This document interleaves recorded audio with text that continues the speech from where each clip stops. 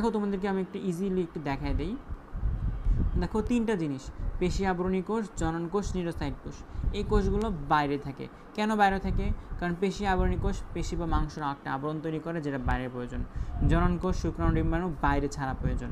Neurocyte শত্রু থেকে আক্রমণ রক্ষা করার জন্য বা শিকার গ্রহণ করার জন্য নিউরোসাইটকে বাইরে থাকতে হবে, সেজন্য এগুলো ইম্পর্টেন্ট। আর ভিতরেরগুলা এই যে গ্যাস্ট্রোডার্মিসে কেন এগুলো দিছে? পুষ্টিকোষ খাবার শোষণ করবে, গ্রন্থিকোষ বিভিন্ন জিনিস ক্ষরণ করবে, ইন্টারস্টিশিয়াল কোষ কোন কোষ নষ্ট হয়ে গেলে সেটা নিজে নিজে তৈরি করে দিবে। তারপর সংবেদী কোষ সংবেদনা মানে নিবে। আর স্নায়ু কোষ ভিতরে যত কিছু স্নায়ু আছে, যা কিছু হবে সব কিছুকে কী করবে? সে মস্তিষ্কে পরিবহন করবে। তো এটা হচ্ছে কি, এটা হচ্ছে কোথায় কোন কোষ থাকে, তো সেগুলোই এখন এইখানে বিস্তারিতভাবে দিছে। তোমরা এইগুলো কী করবা? ভালো মতো রিডিং পড়বা, কাজগুলো ভালো মতো পড়বা, সামনের দিকে